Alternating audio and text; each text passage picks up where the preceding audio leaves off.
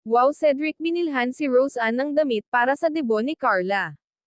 Bago ko ipagpatuloy ang maiksing reaction video na ito, hiling ko lang na patapusin ang panonood nito para malaman ang nilalaman nito, at kung bago ka pa lang sa munting channel na ito, paki-subscribe para lagi kang updated sa video ng mga kalingap. At pakisuportahan natin ang ama ng kalingap na si Val Santos, matubang Ate Edna Vlog at si Kalingap Rab.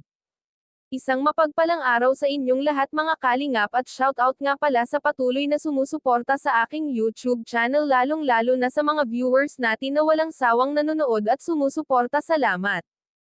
Wow, napaka-sweet naman ni Cedric, binili niya ulit si Rose Ann ng dress para sa susuotin sa debut ni Carla. Nagpatulong pa mga si Cedric sa ate niya para sa damit ni Rose Ann. Pero kung tutuusin, nakabili na ng damit si Cedric at Rose Ann, kaso hindi nagustuhan ni Kalingap Rab at Jack ang nabili nilang damit, kaya binili ulit ni Cedric ng damit si Rose Ann. Habang namimili si Jack ng susuotin ni Rose Ann, ay interview muna ni Kalingap Rab si Cedric. Ang bitanong ni Kalingap Rab kung ano ang pinaka nagustuhan ni Cedric kay Rose Ann. Sinabi ni Cedric na ang nagustuhan niya kay Rose Ann ay ang ilong nito.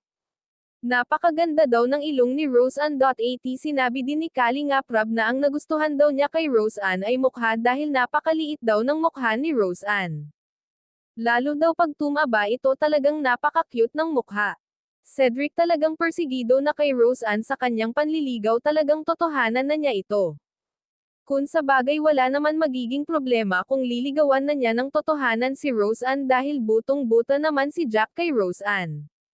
Wala rin problema sa nanay ni Rose Ann, at hindi naman daw siya haadlang kung ano ang gusto ni Rose Ann. Alam naman ni Cedric na mag-aaral pa si Rose Ann, willing daw ito maghintay hanggang sa makatapos si Rose Ann. Ang bait naman talaga ni Cedric, handang maghintay kay Rose Ann. Ang tanong kung may gusto rin ba si Rose Ann kay Cedric. Ito po ang ating aabangan. Hanggang dito na lang ang update ko mga kalingap. Maraming salamat at God bless sa inyong lahat.